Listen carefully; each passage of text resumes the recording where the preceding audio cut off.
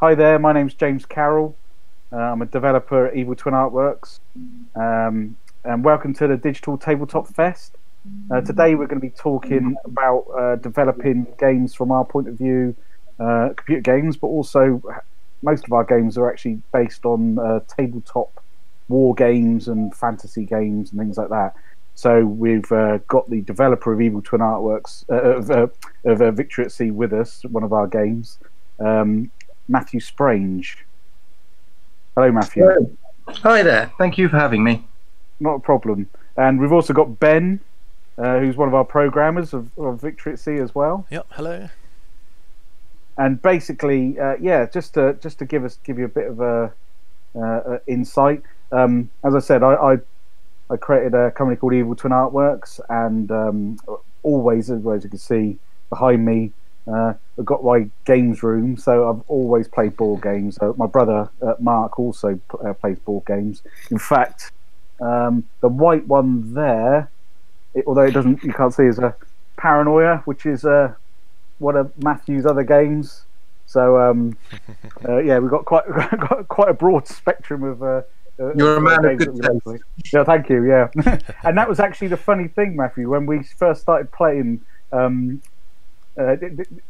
How we found out about you was I actually ended up ordering a copy of Paranoia, and this is obviously in the early days with Evil Twin Artworks, and when I finally got it, it said published in Swindon, and I thought, hang on a minute, that's my hometown.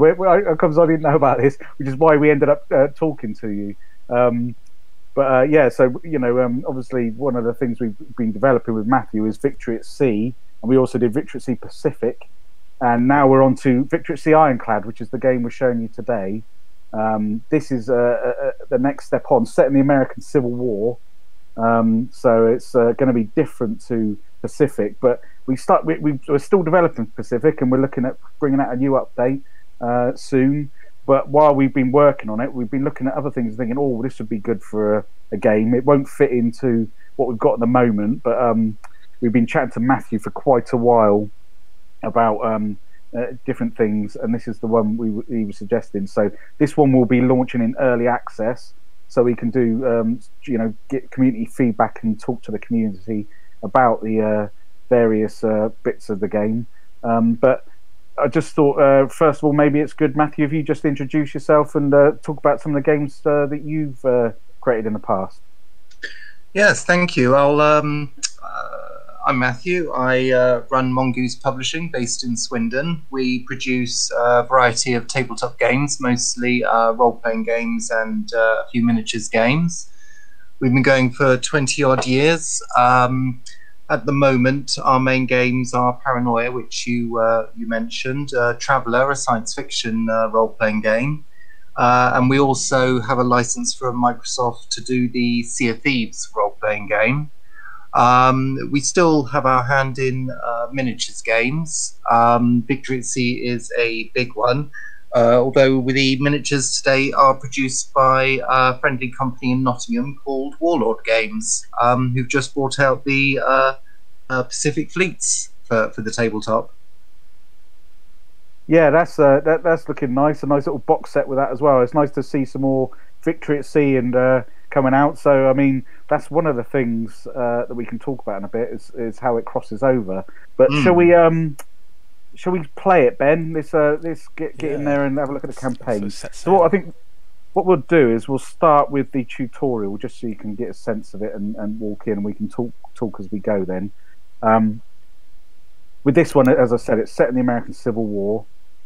So one of the main differences for this one, the Pacific, is it's a lot more about resources and things like that. So your job, obviously, as the Union, is to set up a blockade of squadrons and prevent the South from getting their cotton, sugar, and coffee out into foreign powers. Starve them out. And obviously, as the Union, is the other way around. So what we've got here is just a little basic introduction to how to play the game. And Ben, you've been obviously looking into how the Union fleets were set up at the beginning of the war and how they developed. Yeah, that's right. Yeah, we've tried to keep the positions of each ship in their accurate location at the start of the war. obviously things will change later on as the game progresses.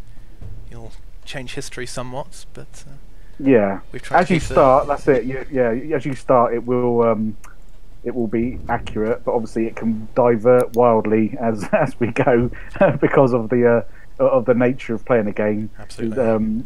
Because I mean, when you play the Confederacy, the North's blockade squadrons change, don't they? Because initially it was one blockade squadron, wasn't it? Yes, and there's a specific date where they reconfigured the fleet, so if you're playing as the Confederates, the Union will start changing up their large blockade squadrons into a few smaller ones. Yeah, and then we've got it goes into the Gulf squadron and things like that. That's right. That's pretty decisive. So with regards to the game itself, when you're playing as the North, it'd be up to you to dictate how the squadrons work and things like that once you've got your basic squadrons. So yes. It starts to get a bit more organic in that respect. So yeah, this is as I said, this is you forming your first squadron. You start small. As you go along, obviously there's going to be some quite large battles, and hopefully the aim is to starve out the player, the enemy, as I said. And obviously as a Confederacy, you've just got to run as many ships through the line as possible. Yep, and the Union has to try and take down as many as they can. So yeah, so what we've got here, I mean, is it was obviously the Mongoose's original version of the Victory at Sea games is obviously a turn-based. I mean, it would be amazing to see a real-time board game at some point if we can work that one out. But right now, it's got the turn-based sort of thing. So Matthew, I mean, what got you to kind of what gave you the idea to start developing a Civil War game? Well, as you know, we'd already done the Second World War, a large portion of it for the tabletop. We'd mucked around with First World War set of rules, but we always imagined Victory at Sea as expanding out into different eras. American Civil War was a bit of an oddball choice in a way, but we have a group of very deep naval experts that we use to do our fact checking. We call them the official naval boffins. And one of them, David Manley, had actually taken an older set of our Victory at Sea rules and started to put together American Civil War. It was just an era he was quite interested in. I didn't know anything about this, but he just happened to mention it one day, so I sent the rules along, took a look at them, liked them a lot, and so I spent time updating them to the current Victory at Sea rule set, making sure they had all the necessary ships in.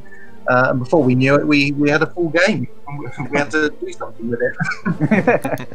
I think that was it. That was what we were really interested in. Was that it was quite different to Pacific. There were some different challenges to bring in from the real time. Turn it into a real time game, and what actually distilled it, made it different. As you can see, yeah, that's it. Yeah, we went for a more traditional map. In fact, we were discussing how much it reminds us of our kind of our tabletop war game table, where it's kind of feels a bit felty. There's a kind of a felt to it. Yeah, definitely going for a more physical feel here. Yeah, and if you scroll over, Ben, let's slow it down a minute before you go into combat. You can scroll around the map a little bit, and you can see. Yeah, as you can see, you've got all the different forts and some major cities, some forts. Got some towns on the rivers. And the trick is with this game is to, obviously you need to support these towns and build them up. So you'll have major, minor ports. You will have more control in this game over how those ports are formed as well. So gun batteries, that sort of thing, building up shipyards. But we'll go over that a bit more as well. Do you want to go a bit more west, Ben, and you can see how many more So it obviously goes on and on and on. There's loads of it, and that's part of the problem. Is from the North's point of view, obviously, is that you've got a lot of leakage. In that, there's a lot of places for blockade runners to escape, and got a lot of coast. That's it. So that's part of the challenge, which is quite different with this game. I think is that you've got to start developing fleets and really thinking about how you work into them. So yeah, do you want to go back and we'll stop this one blockade runner again? As I said, for now it starts off with it starts simple, it starts small, because this game, as you go, is obviously there's a lot of information suddenly starts to come up. So right now you've got here, this is your setup, which for those people that have played Victory at Sea will recognise has got a similar sort of thing where you can change your formations as well there. Yep. And have an area. Obviously this is open sea at the moment, so you can move it in, and then when you're happy you can start the combat. So over there, I think you've got at the beginning there's a solitary blockade runner. That's an easy foe. Yeah, that's it. So we can go in and take that one out. So yeah, we've tried to incorporate, obviously, part of the trick from a real-time strategy point of view is obviously to try and make a game like this work. From converting it from a turn-based. So a lot of the back-end rules are there, aren't they, Ben? Yeah, so all the calculations are from the tabletop game. Of course, you have to translate it from a turn-by-turn game to real-time. Yeah, and that's how many seconds each reload cycle takes, that kind of thing. Yeah, all the fun stuff in the background like that. It's like, but again, it's there's a very deep, an accurate kind of rule set behind. One of the this shows one of the challenges in this game is that there's some weird, as Matthew warned us, there's some weird gun loadouts as well, isn't there? Yeah, not so many turrets like in more recent time periods. Yeah. So you've got a lot of That's also one of the differences in this game, rather than the Pacific. It's harking back to the original Victory at Sea in some respects, in that Pacific had so many ships that there was, you had to rely on the fleets to do what they do themselves a lot more. Whereas in this game, there's a lot more of you getting your ships into position yourself and getting some good, decent broadsides like you just got there. And actually, trying to take out the fleet like that. So the tactically is a bit more different. It makes you get involved in selecting different ships, selecting the different turrets. Oh, they got a hit on me there. That'll be all right. He'll be fine.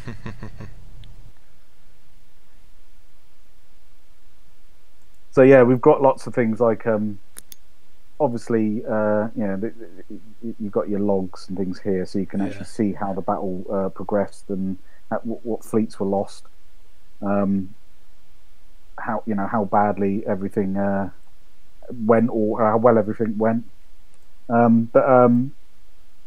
think one of the main differences for this game as well was things like ramming as well, because there was a bit more ramming in this one than in terms of.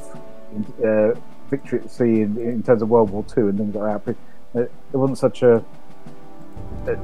need for ramming in World War II. Only by accident. Definitely, yeah, exactly. So Matthew, I mean, yeah, in that respect, I think that's one of the things, isn't it? Is you were saying you had to convert, obviously taking the Victory at Sea rules and changing them to the American Civil War. I mean, there certain things like obviously presented some challenges, I guess, like we found with rams and and the way the different gun configurations work. Was there anything that you needed to really sit down and think about? Oh god, yeah. I mean, ramming did happen now and again in World War II, but it is rare enough and special occasion enough that you can. In terms of the core rules, at least, you can put that to one side and say, right, that's not the point. That's not what really happens. American Civil War, very different. You got ships that were actually built to ram. That's what their intended purpose was. And then they started mounting things like torpedo spars at the front of the ship to make a big boom when you ram something. And that's the point you start realizing, yeah, that's really something we got to think about. So a set of rules that we could very easily skip past in World War II suddenly become front and center because you change era. The benefit of that, I suppose, is when we go to do Victory at Sea Ancients, or whatever we end up calling it, we've already got the ramming rules in there. Yeah, that'll be interesting. Yeah. So yeah, you mentioned the weapon placements as well. Well, when I first started coming to American Civil War, that just at one look at it, I thought this is going to be an absolute nightmare, because in World War II it's very, very simple. Most ships have one or two turrets at the front, one or two at the back, and that's more or less all you have to worry about for the big guns. And then you can just make some special rules for the very few number of odd cases. But all of a sudden, every ship in this era is an odd case to one degree or another. It seemed to be just a case of if they found a flat bit of deck, yep, we'll put a gun on it. I suppose that's it. Yeah, just get whatever you can. Especially it seems like the more I researched it, the more it seemed there was more than anything. There was a desperate sort of rush to get combat-ready ships. You know, yeah, and so they could just get whatever they could to turn into something that would be ready for combat, essentially. Oh, well, absolutely. I mean, they're putting cotton bales down the side of the boats to give them armor, which was actually a lot more effective than it sounds. And loading so many guns onto a ship, it actually starts sinking into the water, which is more or less fine on most rivers, but once you get out to the open sea, not so much fun. No. So yeah, Ben, you were just looking at the town, weren't you? Where were you again? It was. I was up in Baltimore. I loaded some Baltimore troops onto one of my ships. Yeah. Heading down to assault basically a fort. So there's a lot more in this game in terms of you know, you can customize, and again, because of the nature of the you know, how bespoke these ships were to some extent, you know, in terms of the customization and things like that, you know, you can as a player define, you know, what you fill this thing up with. You can fill it up with troops, or you can fill it up with resources and cargo. There's a lot more emphasis on actually going around and supplying the ports as you go as well. Yes, those resources are important. Yeah, we've got our gold, wood, coal, iron. Of course, the north will have the more coal, iron, industrial kind of materials. Whereas the south is going to have a lot of cotton, sugar, and so on, which they can go off and trade overseas. Lots of things they desperately need to get for gold and ships, and basically sell them so they can get in the fight. Yep.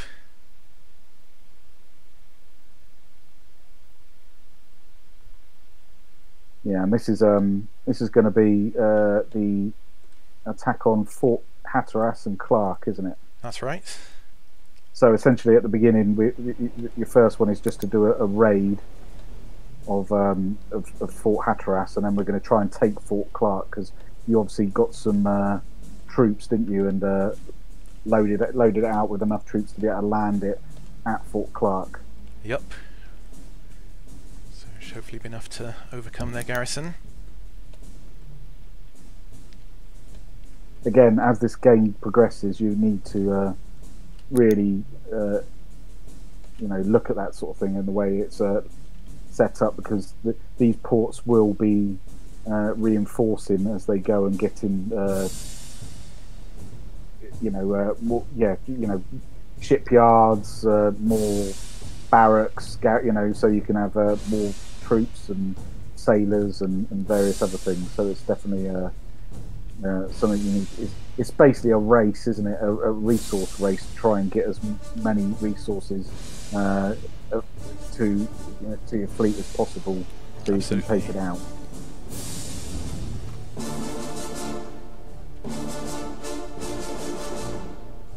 And the good thing is with this game as well, you'll be able to speed up time. You can do that, can't you, Ben, by what we're on at the moment. I've quadrupled the time scale. And we're currently fiddling with the time scale to work out the best way to do it.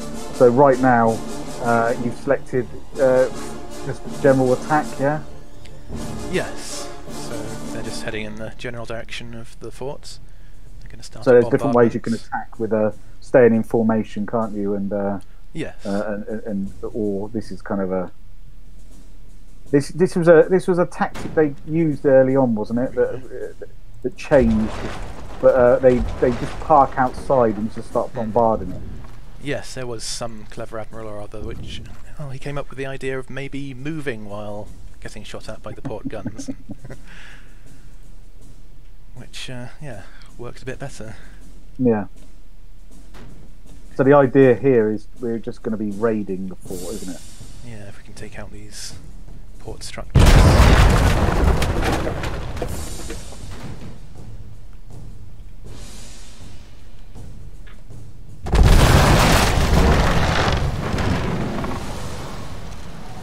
So we have a few earthworks here.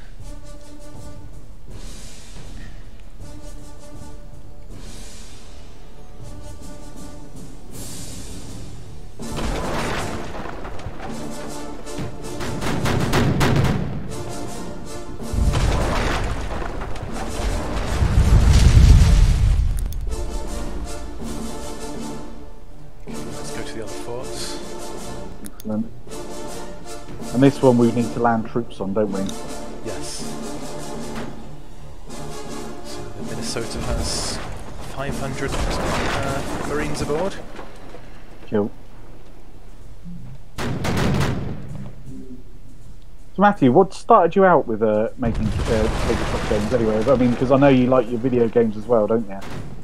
I do. I first got into tabletop games when I was in primary school with the old Fighting Fantasy and Lone Wolf books. Before I left primary school, I'd already played my first RPG, Tunnels and Trolls, because a teaching assistant came in, saw the books we were reading, and said, "I've got a game you might like." Between going to primary and secondary school, I managed to pick up the old red box Dungeons and Dragons. Very quickly got into other games like Judge Dredd and, funny enough, Traveller. Picked up Warhammer along the way as well, and kind of never looked back. As for actually producing them, I tried a real job and I didn't like that very much, so I just instead. You've had a lot of really cool licenses in the past. It's always interesting. Always meant to ask you. You got the idea, Mongoose.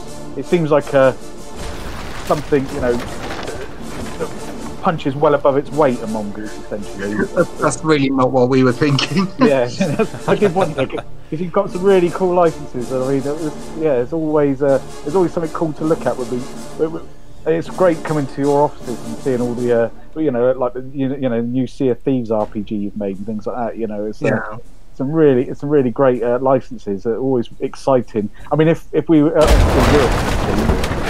bigger team, you never know. One day, hopefully, we can enlarge and expand. But if we were bigger, I think we'd have every license you've got and just make everything we can because there's too many cool things to make. But it's I think we started off similar. Like I said, I still love playing tabletop games, and I think it's kind of a no-brainer for us to play make games that we love to play. I think as Mark and I always love telling stories, and I think games is a great way for people to actually be able to tell their own stories and to create a narrative. And tabletop games are great at that as well. And so to be able to kind of create your own stories within existing licenses like Victory at Sea and things like that, it's really exciting. And I think sorry, I think that's the key of it. We've done quite a few licenses in the past, but the guiding principle has always been is to produce the games that we want to play ourselves. Absolutely. We've never taken a license simply because we thought we could make a decent amount of money out of it. That would just bore the hell out of me. That's it's one reason we haven't, for example, done any Cthulhu-based games. It's not something that up to now at least hasn't really grabbed me. But things like I'm just looking at my shelves at the moment: Conan the Barbarian, Starship Troopers, Babylon 5. Yeah, give me more of that. Definitely, yeah. I think all those sort of fighting fantasy games. That's what's great about like the original fighting fantasies. I think was the same. Was that it's your first attempt by people like Dungeons and Dragons.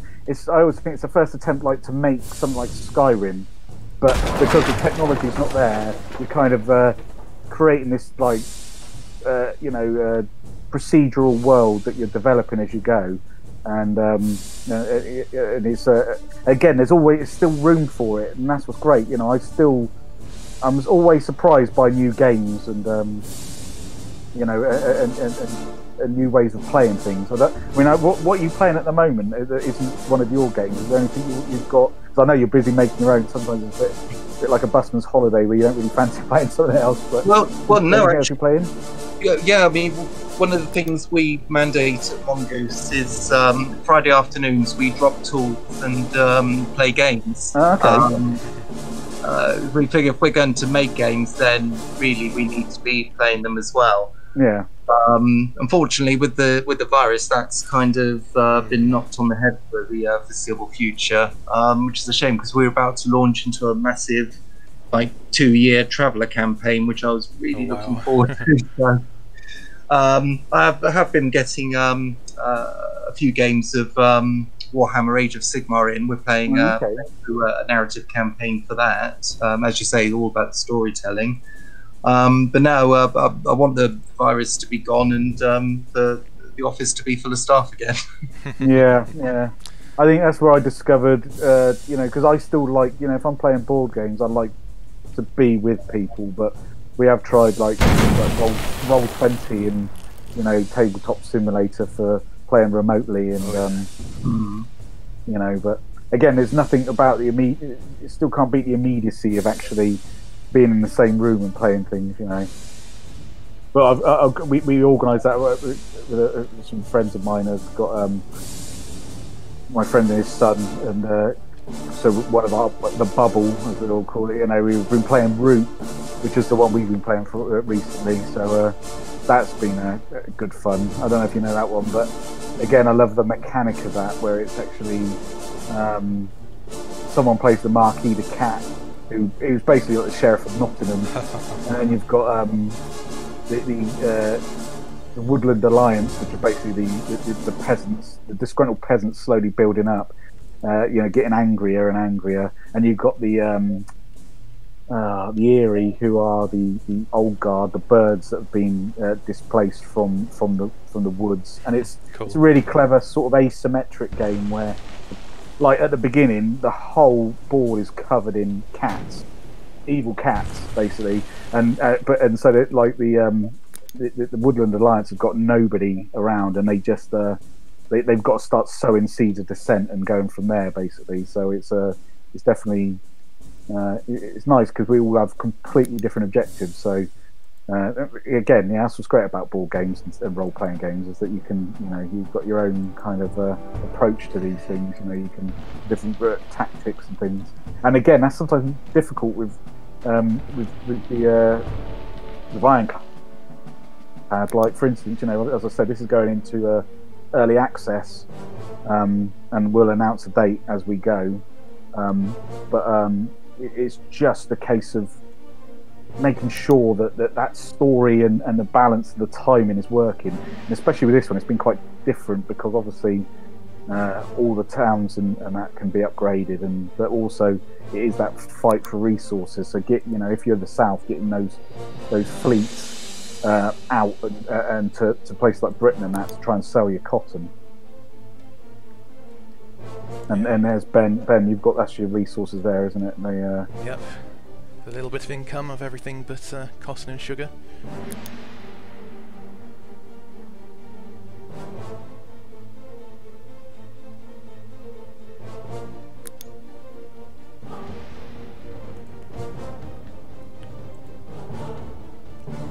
these are all your forts now, and so it's a case of now going into New York and upgrading. Again, it's abstracted, this game. Yeah, build some ships. You've got lots of different types, and it shows you what resources you need. Yep. But yeah, it's an abstracted sort of version, isn't it, of the port, so that it allows the player to build up, isn't it, Ben? Yes, yeah, so you can construct barracks for more troops, you can construct naval defences or forts, or of course farms to get more food, that kind of thing. Yeah.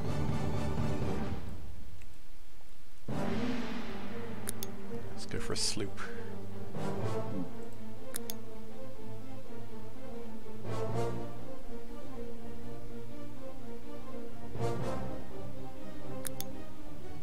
How long it takes to build.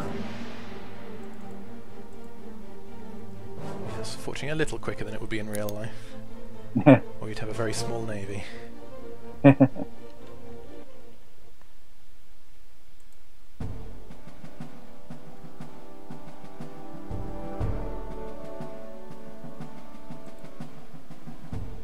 Yeah, so this is the Anaconda plan, isn't it, Ben? As it says, and now it starts to go into that. Yeah, it's basically the navy being like the snake that wraps around the Confederacy, blocking all their trade routes. And that covers the objectives there, so you've got an objectives window. Yeah, so you're pretty much free to do what you like, but the objectives are there to guide the players. And the first one is obviously to go back in and take on Fort Clark. Yes, and so I've taken one of the two. I now have control of the whole navy, so we've got the Atlantic Blockade Squadron on its patrol route. So yeah, so now the other fleets start to appear that you get control of. Yep. And you can set your own patrol routes, can't you, as well? Definitely. So if we just skip that for now, so slow it down a minute and have a look at what we've got. So because you can set time from 0 to 200, can't you? Is it 200? No, 400, isn't it? And, currently 200. 200, yeah. I lose track because we've been fiddling. The numbers are constantly changing. Yeah, may be different by the time we get to launch in early access. Yeah. As of right now, like I said, early access is going to be. It's going to. I think, like with Victory at Sea, it's one thing I would have liked to wish we'd done in Victory at Sea Pacific was actually take it into early access, because there's been great collaboration with people. We had some really great discussions, and ongoing. There's always somebody with some great idea. And we think, oh, okay, yeah, we can work into this. Which is where the idea for Ironclad being, because it's not just a reskin. There was a lot of things we had to do to change, wasn't it, Ben? As well, there's a lot of variations to this one. Yeah, it's almost a century earlier. Things are different. Yeah, and just mechanically, the background things like the way the fleets work and the way the combat works changed as well. Yes, all for the better. Yeah. So I think one of the things to talk about here, I guess, is the it's getting a bit dark now. It's night time. But the overall the way the game works in terms of getting the fleets and the resources around the ports. Yes, of course each port has its own region with its, for example, around Washington DC there's a tobacco plantation. Could build, for example, a gold mine here, maybe a coal mine. Let's go for an iron mine. Of course the enemy will be doing the same thing, as well as sending their blockade runners out to off the map. Yeah, so they'll be heading off into Europe, taking their fleets as they go. But one of the things, obviously, as well, like I said, is that you'll start to, as these patrols happen, and there's the hated British in the but so getting them and going down into you'll start to see some blockade runners trying their best to take a cheeky run down, won't they? Yeah.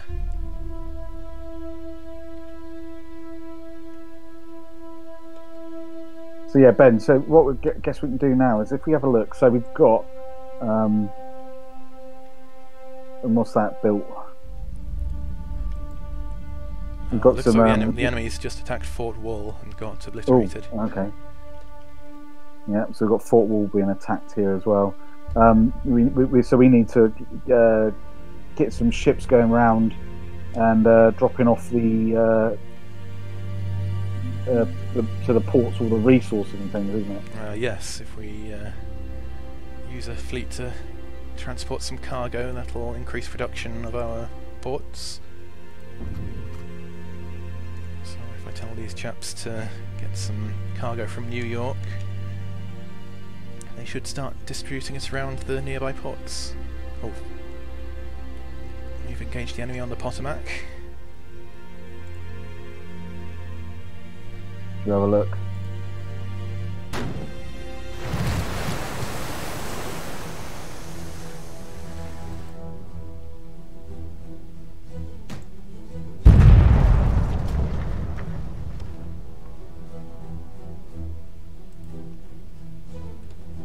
So the plan is that all the combats will end up being giving you the start, won't it, Ben, with the deploying the fleets.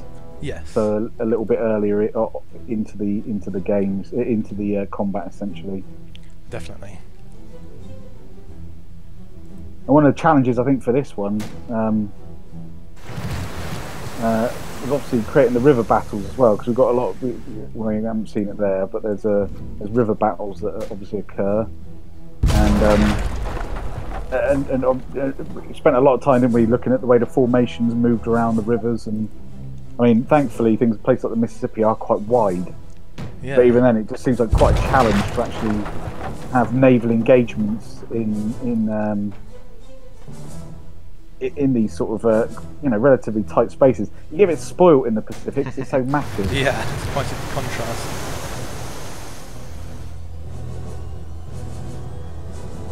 So you mentioned that was one of the challenges that cropped up, because as you say, in the Pacific you do get islands to worry about, but writing the tabletop game for Victory at Sea, you can just say, well, ship's got to stay away X amount of inches away from any landmass, but once you get to rivers, you can't do that anymore, so you're scratching your head, I've got to write the rules.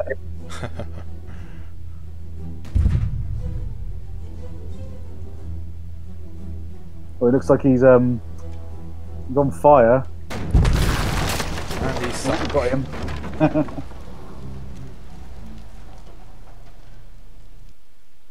Yeah, let's see if I can find some enemies on a river. And also get some ships down to a. Oh, there's a blockade runner or something coming up. Where's he trying to? Where's he off to? We've got some chaps up But also- there on the Mississippi. Yeah. Also try and get the get some troops into Fort Clark as well. Oh, it's Fort Hatteras even. Yeah. So I'm sending someone or Oh, he's other. going. Cool. Yeah, and also the other thing with this game is you can set waypoints. I don't think we'll bother right now because I think we've just got there's a few tweaks to that. But where the fleets, as things get more dangerous, you might get cut off, say for instance, and stop to tell ships to go round a safe route. We've got waypoints that they'll use, won't they, Ben? Yes, so you can queue up waypoints for a patrol, for example.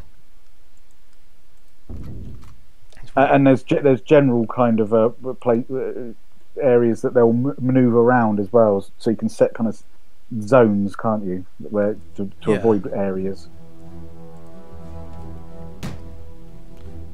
Looks like the river just doesn't want to show up. No, yeah, that's interesting. All the fancy rivers. This is a part of the early access experience as well. Yeah, well, pre-early access that we're testing these things out and.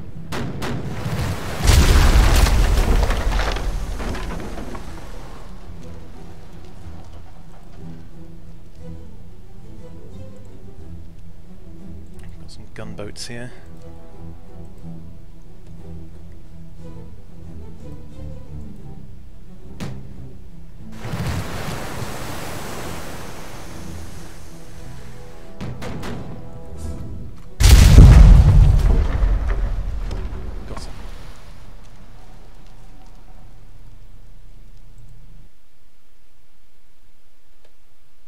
Cool.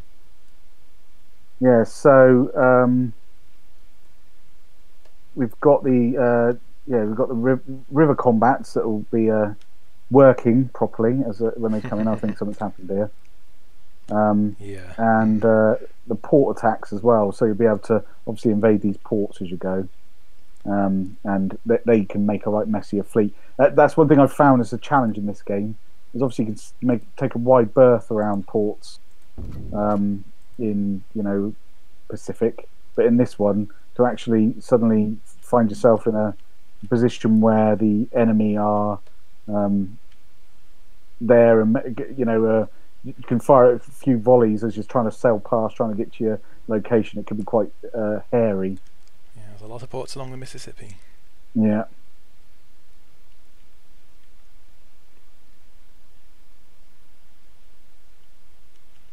So how's Fort Clark coming along? Is it the Hatteras? Is that ship coming in?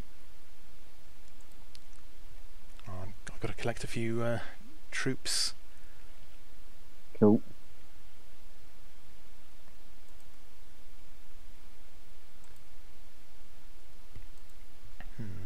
And that's it. And this is where we're at with this as well. Like I said, we've got these various different aspects where you can change the loadout of your ship. Yeah, so you can have a loadout which can carry more cargo, for example. Or you can increase your crew complement, so everything will be done a bit more efficiently.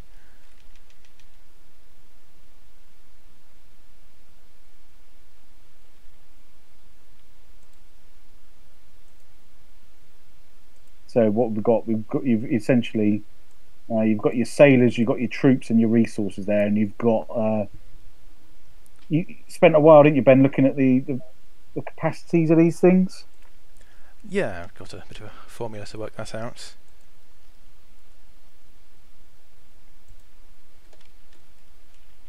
You can even, if you want, remove the weapons from a ship to make it a pure cargo ship, or cram it full of troops. So tactically, this is what I was trying in a previous combat where we went to the attacked a port, and the enemy were obviously trying to take out our ships. So I used a lot of ships all tooled up with guns, and one that was just full of troops, and tried some different tactics. So keeping that one back and then trying to ram it through. To take out some of the enemy. Yeah. I'm going to get him. It's a slightly faster fleet here. That's also part of the problem, isn't it, with this, is that they are blockade runners, and trying to do some quick sneaky manoeuvres is part of it. Sometimes is to actually find some relatively fast ships. Perhaps if I send a sloop after them. So yeah, so you can split the fleet, as you can see there, and create your own squadrons.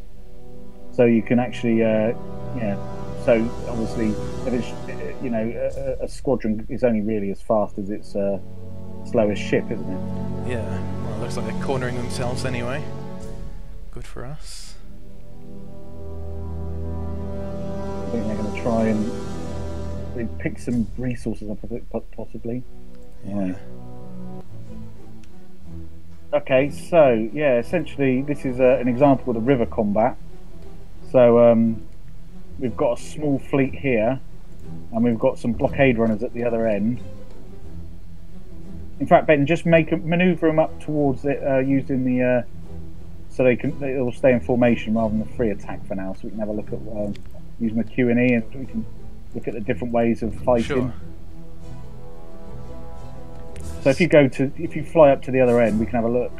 See what we're up against. The enemy's fleet, see what we're up against. I've got a couple of gunboats.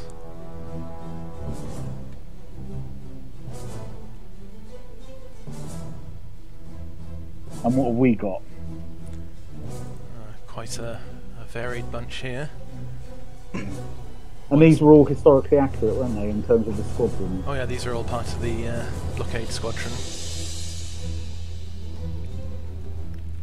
Yeah, so we've got a a gunboat, a sloop, a little tug, and a steamer. So what we were looking at here as well is that this was part of the challenge with the game. And again, I suppose historically this was part of the challenge, was the fact that these ships work so differently because they are so bespoke, and there is a real race, isn't there? A real change when you get your ironclads. Yes. So yeah, once they start showing up later in the game, they can do a hefty amount of damage to wooden ships.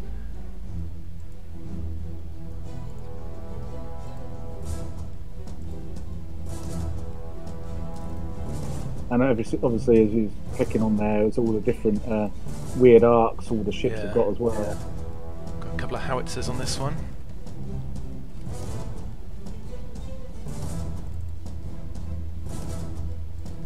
And as you did in the main game on the map, you can actually change this, can't you? So we can split the fleets out into different individual ships and lots of different routes, can't we? But I mean, so you can, obviously in a river combat, there's more of it's a tighter arena, but there are, open bays and like Fort Hatteras and Clark's obviously was a wider arena in that aspect as well. So there's different challenges, and so you can split your ships off and micromanage them that way, or you can select the entire squadron and go in for an attack. Yeah, whatever tactic works for you.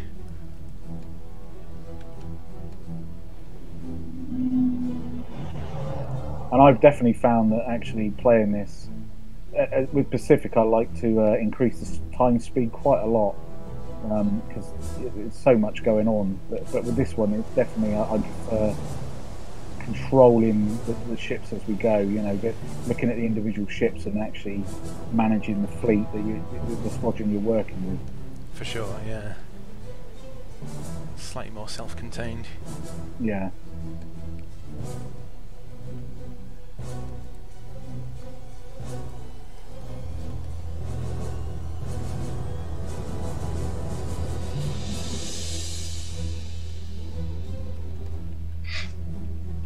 There's also that balancing act with the time speed as well, because you don't want to rush into battle and then suddenly find yourself nose to nose with them. You want to try and get your forces within range and start firing when you can, really. For sure, yeah.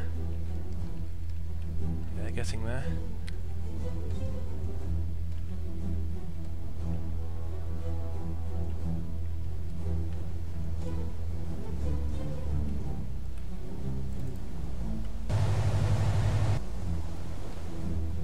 Not quite close. Maybe a bit too close. Yeah, a little too close.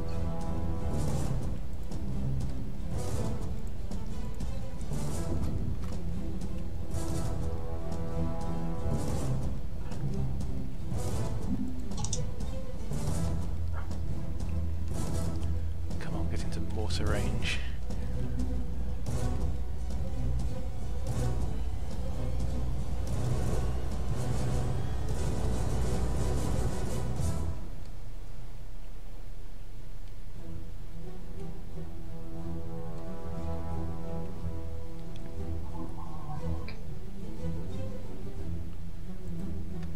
And again, because they're so wildly different ships that the Pacific. Oh, no, that'll do. That you've got a certain degree of. Some ships have got such a different scope in terms of their ranges and things, haven't they? And the different such different ones. Yeah, some pretty hefty cannons.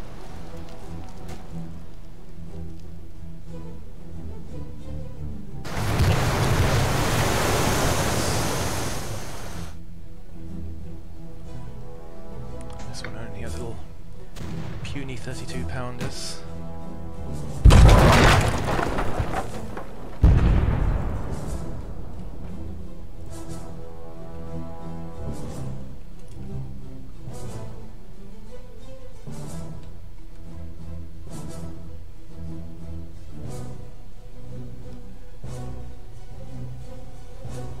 and that is it's this waiting game for the guns to reload. Yeah. But some of the guns as well, they are they're shared, aren't they, around the different. So they'd have to pull them out and put them in different areas. Yes, especially in some of the ironclads with their casemates.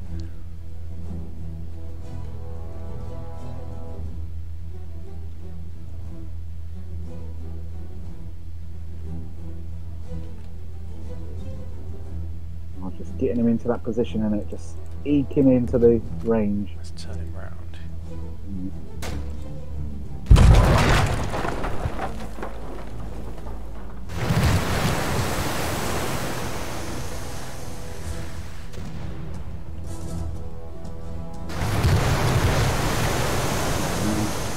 So near yet so far.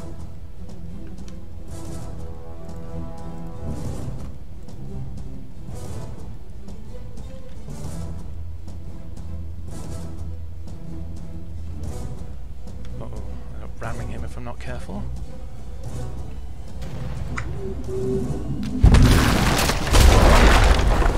Nice.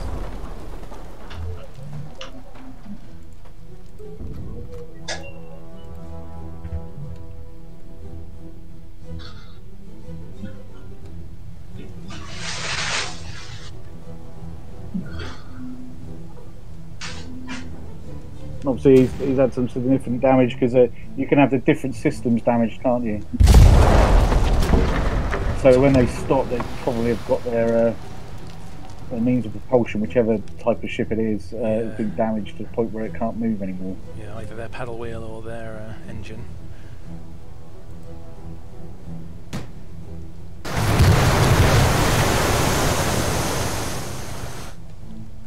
Nearly got you. There we go.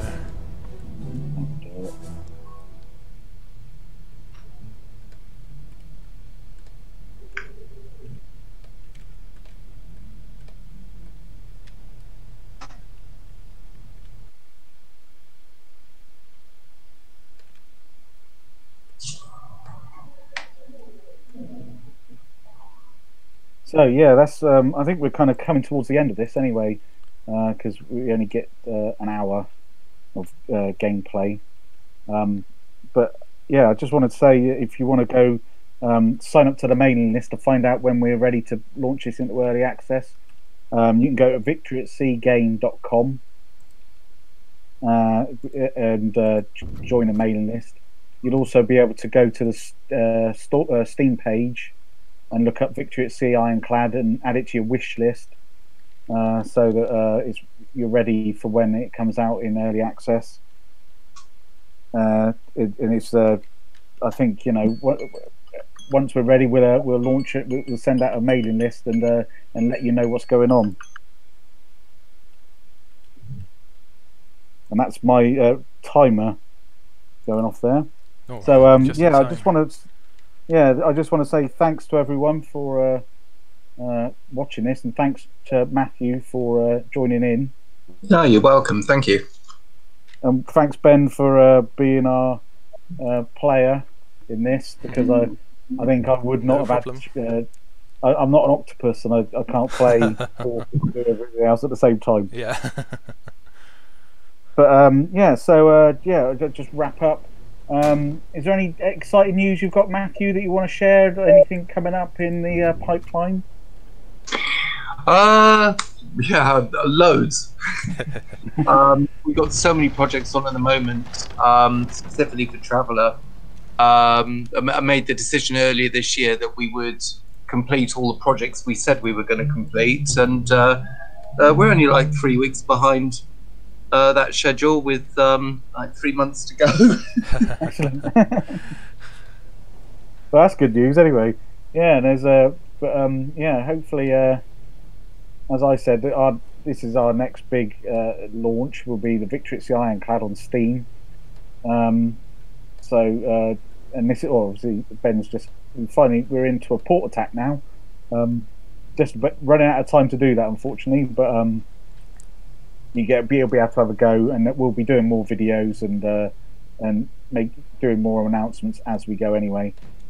So yeah, please feel free to go to the Steam page and wishlist the game, and if you can go join our mailing list, go to victoryatseagame.com and sign up, and we can keep you posted on how this is progressing and what we're up to.